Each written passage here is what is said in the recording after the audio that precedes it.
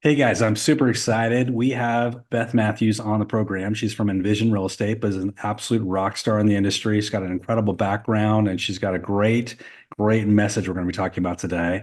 Beth, welcome. Thanks, Jim. Happy to be here.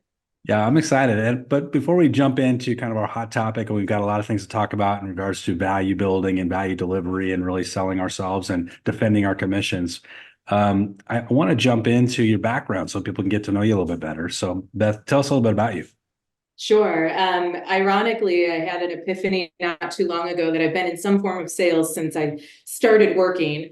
For those that are in a market with Wegmans grocery stores, I started as a cashier, and about 6 months in, they pulled me off of the cash register and had me working out on the floor as a demo girl, which was essentially selling product that a vendor had requested get special attention. But through that, I've been in outside sales, I've been in retail sales, and just prior to my real estate career, I was a drug dealer legally. I was in pharmaceutical sales. Um, Uh, so the draw to real estate had been there for quite a while, and I took the plunge to get my license and make it my career towards the tail end of 2008, beginning of 2009. So not the ideal time. Tough market. Yeah, it was an interesting conversation with my husband at the time, who's like, "You're going to give up this great career, company car, all these benefits to go work in an environment that you may or may not collect a check. And by the way, are you sure you know what you're doing? Have you been watching the news? The real estate market is not it's not in top shape right now." But my belief was that if I could make a go of it during a difficult market, that I'd have longevity in the industry, which is what I was looking for. And the commitment was that I would give it 2 years to replace my income in pharma. And if I wasn't able to do that, at least I tried and I'd give up the dream. But I was actually able to resign from my pharmaceutical sales position 15 months into getting my real estate license. Nice, nice. Now, your progression has been pretty incredible. You've done extremely well in the sales industry, obviously. But tell us about what your kind of passion is in the market. Like, do you have a niche? Is it a specialization? What's been your passion in the industry? So my passion in the industry, I wouldn't say it's a niche, it's something that I like to cast broadly, is that I think the industry as a whole can elevate their standards and hold themselves to a higher degree of professionalism. Sales is sales is sales. And Jim, we talked right before hitting the record button that I think any sales professional can become a real estate professional, but not every real estate agent is a sales professional. And I think that's a bit of a disconnect, because sometimes people perceive salespeople as a dirty word, but there's truly an art and a skill set that goes into understanding the value that you bring to a prospective client and then the service that goes along with that. So I'm a firm believer in being able to know your value, articulate your value, present your value, and then deliver on your value. I love it. And with the NAR settlement, now we're having to actually have that value conversation, not just with sellers, but with buyers. We should have always been doing it with buyers, obviously, but now it's going to become forefront. Let's dive into the value kind of conversation. What do you think goes into kind of determining your value as an individual agent, not just from your company's standard, but what are you bringing to the table? Yeah, I think as an individual agent, it really starts with you, right? We are the product. I don't know any agent that can walk a prospective buyer through a home or a client through a home and know that they absolutely hate it and yet convince them that it's the right home for them. So I say, really, it's how you show up, and everybody's a little bit different in that manner. It's how you dress, how you carry yourself, how you make eye contact, shake hands, smile. For me, I have a playlist that gets me motivated and excited when I'm getting ready to meet with a prospective client for the first time. And the education piece never stops. I'm an avid learner. I'm always reading. I think books are one of the greatest gifts in the world, that somebody who has a wealth of knowledge will package it and sell it to me for $20 a piece. Now, let me ask you about the actual presentation of the value. Obviously, people have to like you, they've got to know you, they got to trust you. So you build some rapport and you have great conversations and you're educating the client. But are you an advocate of doing a visual presentation to buyers and sellers? Absolutely. For the entirety of my real estate career, I've always done visual presentations. We know that most people process information visually. It's over at 80% of the way we process information. And if you're sitting across the table from more than one person, One's going to be visual, one's going to be audio. So it's really important to deliver that information in a concise manner that the consumer can understand. So we use something called our home buyer's roadmap, and I take the prospective buyer step by step through every step of the transaction from initial interview to the closing table. I articulate what happens in every step, and then I demonstrate how I bring value to that step. So it's a practice that I do with my team where we write out our scripting so that we're really confident in how we are articulating that. Let's zone in on the buyer side, because we talk about sellers all the time in this industry, but the buyers are this is like a revelation that we're going to start doing buyer presentations now, because we're used to doing them on the listing side. We're not used to doing it on the buyer side. So how does that look? Just kind of mechanically, organically, when you're talking to a buyer for the first time, they call and say, "Hey, I want to go see a house," or you meet them in an open house. How do you move from that to, "Hey, I'd like to talk to you about my value proposition and walk you through a presentation"? How does that happen exactly for your team? That's a great question. So I think it starts with discovery. Yeah. One of the things that I speak to often is I can't possibly know what my value is to a prospective client if I don't know what's important to them. Yeah. So I'm really trying to understand, why are they considering making a move? Is this an optional thing, or is this a must happen? What's their timeline? What are their personal circumstances? Because I think we all understand that truly a decision to make a move is rarely I wake up one day and this is what I'm going to do. There's typically a significant life event that is tied to that, whether it's marriage, divorce, babies, death. There's all of the different ends of the spectrum. And so until I really know what they're trying to achieve, I don't know that I do bring value. And if they have a goal that I'm not confident that I can help them achieve, then I'm going to bow out. I love that.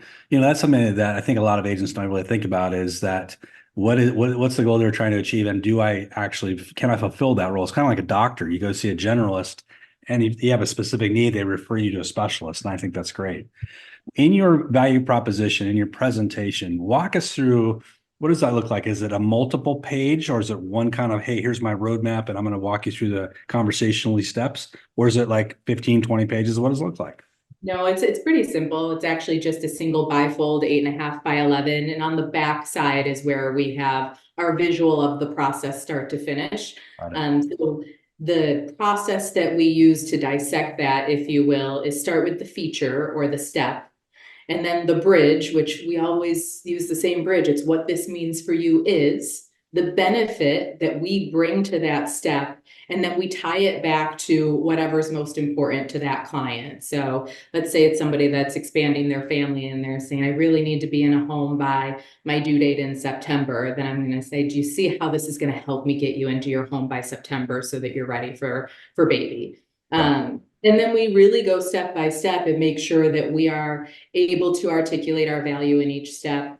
I will preface this by saying I'm in New York State, which is an attorney state. So we have a few extra steps in a longer process. Yes. So I may not drive it home on every single step, but I'm making sure I hit the key factors so that the prospective client understands that I do more than open a door and then hand keys at a closing table. There is a lot that goes into the contract to close portion. There's a lot that goes into putting together a strategy to help a buyer secure a home in a difficult market. And I'm making sure that I'm delivering that value and articulating it. I love it. Now let's talk about commissions. And I know one of your topics is protecting your commission. Yeah. Obviously, there's been a lot of commission compression over the last, let's say, 10 years. And looks like we're facing the possibility of that again. So what does that look like for you when you're having commission conversations? And we're not price fixing here. We're just talking about whatever your value is your value, and how do you defend that value? Yeah, and I think myself and my team are in somewhat of a unique position that this is the way that we've always done it. And I think that was the benefit of when I started, somebody taught me to do it this way and I didn't know any different. So, as we know, commissions are always negotiable, have always been negotiable. Where I see that there's an opportunity here is I think so many of us default to looking in the MLS, excuse me, and saying, this is what the listing agent's willing to compensate a buyer's agent, and accepting that as truth and just saying, okay, that's what I get. Where truly in the changes that are being proposed, we now have the ability to articulate our value and set our value for ourselves. So that's an opportunity. That's a win in my book. One of the things that I've always done is work with a buyer's rep agreement. I know the level of service I provide. I know the level of professionalism, and I really am looking for a reciprocal relationship. And I say that. The other piece is I outline what my compensation is. And instead of saying the seller pays that or whatever, kind of default setting you have, I've always said my first line of defense is to try to get the seller to cover the compensation. If they're unwilling to do that, either in full, excuse me, Jim, I'm fighting a cold. No worries. In full or in part, next I'm going to work with the lender to see if we can roll it into the mortgage in terms of a concession. And if neither of those options are viable, you'd be looking at bringing some extra money to the closing table, but you'll know that in advance. Let's So park again, there for a second. them through the process. I'm curious on the lender side. So are you talking about maybe doing an interest rate, slightly higher interest rate to help pay for that commission? Is that what you're saying?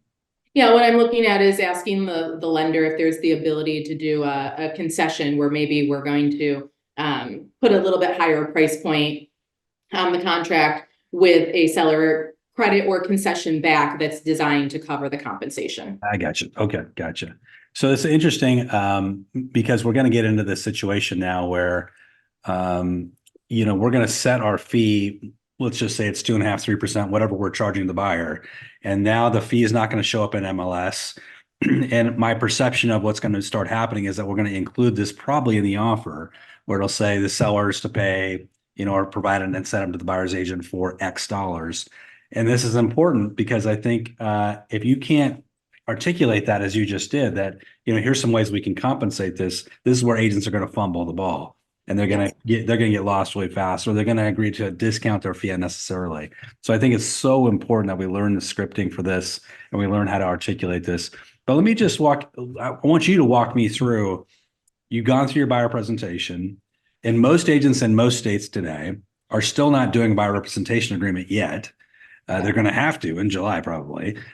How do you transition into that? Like, do you get the form out and say, and this is how I work with all my buyers, and I just want to walk you through the agreement? Or what's that conversation look like? Yes. So I definitely make sure that they understand the value that I bring to the transaction and try to give some real life examples. And I explain that, working to open the door and show you a house does not constitute fiduciary representation. So really helping them understand how agency works. And I'll give an example of, I'm in a market that has basements. So I'll say, if we haven't defined our relationship where my fiduciary duty is to you, and I take you into a home and there's a horizontal crack in the foundation, I'm really not supposed to draw attention to that. You can ask me about it and I can't lie to you, but I'm not, being really forthright with my representation to you because I'm representing the seller technically. Now, if I'm representing you as the buyer's agent, which is how I prefer to work, I would draw attention to that and suggest that we have a structural engineer evaluate before we make any decisions.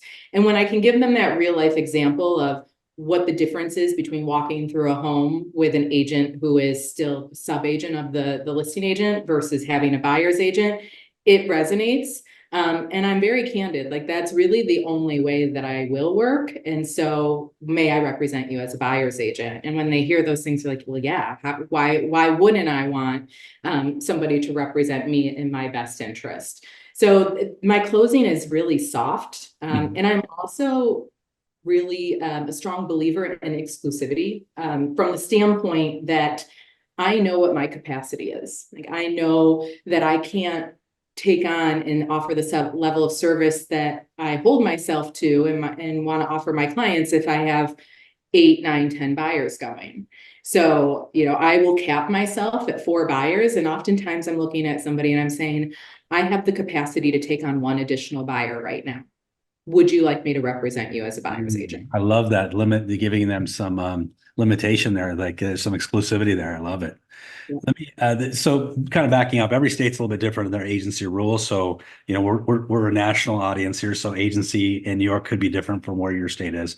But I want to point something out though, which is I think really important to that whole concept of agency representation is that as the NAR settlement rolls out, one conversation that's coming up a lot is that maybe we're going to get a lot of buyers that will want to be unrepresented, go straight to the listing agent. And this is conversation you just brought up is really key to that, because here's the benefit of buyer representation. If you go direct to the listing agent, that listing agent will probably end up just representing the seller and treating you as a customer. So they got to be honest and give you fair dealing and provide all the documentation, but it doesn't mean they're representing you. So back to pointing out flaws in the house and other things like that. This is exactly, to your point, Beth, why you'd want to have a buyer's representative, because you're going to be the advocate for the buyer, which I just think is a really smart way to play this, and to explain the value proposition that you have somebody in your corner, which I think is really, really smart. Let's talk a little bit about leadership in the industry. I know you're an advocate for diversity in the leadership roles. Talk to us about that a little bit. Yeah, it's interesting because I'm a women-owned brokerage. I'm an independent broker. I actually just transitioned to join forces with another brokerage. But it just dawned on me one day that I was looking around, and I have a ton of respect for everybody in the industry, and the men in the industry. I've got some great mentors. But I realized that there were so few women in leadership in real estate. And so one of the things that I'm passionate about is surrounding myself with more women leaders so that we can all rise together, and also helping the women that are in the industry now understand that they do have that capacity and capability if it's something that they want. Because sometimes I believe that the only thing that holds us back is ourselves, because as women, we have a tendency to try to be everything to everybody. And when you can align yourself with somebody that can show you how it can be done, I think it's valuable. We have, obviously more than half of the agents are female, and I'd love to see more female leaders in the real estate world. Well, my first broker 35 years ago was a woman, Beneva Clark. She owned a Century 21 office, was a great leader back then. And I love working with women leaders from across the country. They do an amazing job. And I think they bring a different perspective. So I think it's an interesting, to bring that up. And I think it's important.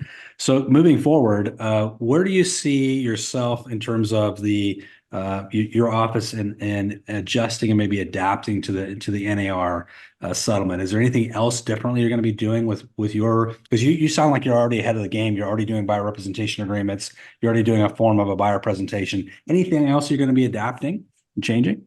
And I will preface this by saying, speak to your broker and find out what the rules and regulations are in your market. But one of the things that we're going to be implementing is collecting a retainer from our buyer clients at the front end of the transaction. Again, I think part of the reason the industry is under attack because we haven't held ourselves to that high level of professionalism that we should. And doctors get it, attorneys get it. I can't contact an attorney and ask them to start working on my behalf without signing a letter of intent and paying a retainer. Yeah. Same thing if you go to the doctor, the first thing they collect from you is a copay. Right. And they submit to insurance and insurance covers it, great. And if not, you're going to receive a bill. So I think if we want to operate at that higher level and hold ourselves to that standard, it's absolutely important to make sure that we're being compensated for our time. Obviously, if everything goes smoothly, the deal closes, the buyer is going to see that as a credit on their closing statement. But I think forward and go, okay, so they've signed with me, they've agreed to compensate me, but what if somebody gets a little squirrely and goes directly to a for sale by owner and makes a deal without involving me in the transaction? Am I going to litigate that? Probably not. So by collecting a retainer, I think I'm going to attract higher caliber buyers, and I think it's going to mitigate loss. Let me ask you, so not to quote numbers, but will that be for your team, will that be a flat fee or a percentage of the perceived total? What we're going to look at is a percentage of the perceived total, and it's going to be based off of the buyer's budget or their pre-approval amount. Gotcha. Very interesting. And then the company will hold that until closing and then disperse that to an agent. Yep. Closes. Right. Got it. I got another question around commissions in general. Let's pivot to seller conversations for a second, because this is something that's being really missed, is the fact that when we're going out and talking to sellers now, sellers will have seen the news. They'll have saw, hey, so does this mean I don't have to pay a buyer's agent anymore? How are you handling that conversation on the seller side of the conversation? What are you saying about sellers? And I am starting to get those questions, even though we know we're still a few months out from the changes being implemented, assuming it all gets approved. So the conversations I'm having with my sellers is a general supply and demand conversation. Right? So my responsibility is to market your home to the most amount of people, to attract the most interest, to get you the best price, the best terms, and the smoothest deal. With that being said, we've already seen, I think, in most markets, the challenges that have come for buyers over the last several years. So we start back during the pandemic and we had really low interest rates and people had an infusion of money from whatever circumstances, PPP money or unemployment. And then they've been staring at the same four walls for several months because they've been quarantined. So everybody wants to buy a bigger, newer home. Yep. And then the rates went up. And so we saw that buyer pool get a little bit smaller. Affordability continues to go down. So now we have a little bit smaller pool of buyer. And then if you factor in that you're going to have to ask the buyer to bring additional money to the closing table, we're reducing that pool even further. So a conversation with the seller is, in order for us to cast the widest net, we can't mitigate, we can't control the market, we can't control the interest rates, but this is a piece that we can control. And then I'm talking about the potential liability. Like, yes, in the short term, there could be a savings in terms of the percentage of the sale price of the home. But if a buyer comes in and they haven't been educated on whether or not they're receiving representation, I don't want to be held liable for a potential suit, which is ultimately why buyer's agency exists today anyway. Right. Interesting. I love the fact the buyer pool conversation has gotten skinnier and smaller and smaller. And I just saw a study that was between 30 and 50% of all buyers will not be able to write a check at closing. So you would then be cutting your small buyer pool again in half if you didn't offer to pay the buyer representation commission. I had another agent talk to me about doing a survey around each listing that he's about to take, and to just survey the other agents and ask them what's the buyer representation fee. And obviously now we can see it in MLS, but as of July, we won't be able to, but we can still ask the questions, find out what everybody else is paying. And then you're right, it becomes a marketing question. It becomes a way to elevate your listing above other listings and really a marketing play rather than just a commission conversation, which I think is interesting. So if you're advising brand new agents coming into this industry, you started in a terrible market and you thrived, right? And a lot of people would perceive we just came off of a 29-year low in the number of sales volume in the country for 2023. This year's obviously better. It's been better so far. But now we're facing this big, some people call it a headwind, this change in representation. What do you say to new agents joining the industry today? What would be your messaging to them? I think new agents have the most opportunity because they don't have any, I won't say bad habits, but old habits to break. Change is hard for a lot of people. And so somebody new coming in that can align with a great mentor, great coach, great teacher who can teach them this way right out of the gate. And I think that's why I'm fortunate. I didn't even know that there was another way to do it because the person that trained me said, this is how you do it. And that's all I knew. I love it. I love it. So Beth, if people want to reach out to you, they want to learn more about what you're doing, who you are, what you're all about, how would they reach out to you to learn more about you? Yeah, the easiest way to find me is on Instagram. I'm Beth by a Billion, which is a nod to my hometown team, the Buffalo Bills, because even during our worst seasons, we go into every game and say Bills are going to win by a billion. So that's the best way to reach me. You can DM me there. I answer all my own DMs. There's a link in my bio with all my contact information. And I'm a firm believer that it's collaboration over competition. So if I can be a resource to anybody, please reach out. I love it. And if you like this video, you like the content we brought to you today, we'd love your 5-star review. Always, of course, subscribe. We'd love to see you subscribe. Beth, it's been an absolute pleasure, and learning from you has been a real privilege. Thank you so much for being on the show. Thank you, Jim.